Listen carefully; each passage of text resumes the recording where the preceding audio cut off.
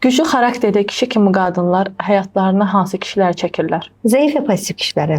Bir də ana uşağı kimi böyümüş kişiləri. Çox tələbkar, hər şeyin ən yaxşısını istəyən xanımlar həyatında nə cür kişilər çəkir? Egoist kişiləri və travmalı insanları.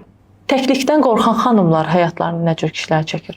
Təklikdən qorxan qadınlar adətən həyatlarına qəddar və tələbkar kişilər çəkirlər. Elə qadınlar var ki, əl çatmazdılar. Yəni heç bir kişini özünə yaxın buraxmır. Onlar nə cür kişiləri özlərinə çəkirlər? Manipulyatorları və asılı şəxsiyyət tipi olan kişiləri. Özgüvənsiz qadınlar nə cür kişiləri özlərinə çəkir?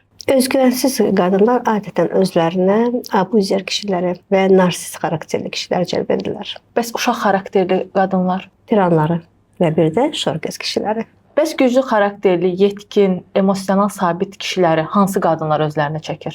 Özgüvənli, yetkin kişiləri emosional sabit olub öz sözünü deməyi bacaran, özünə güvənən, özünü təsdiq edən və özünə dəyər verən xanımlar məhz belə kişini özlərinə cəlb edirlər.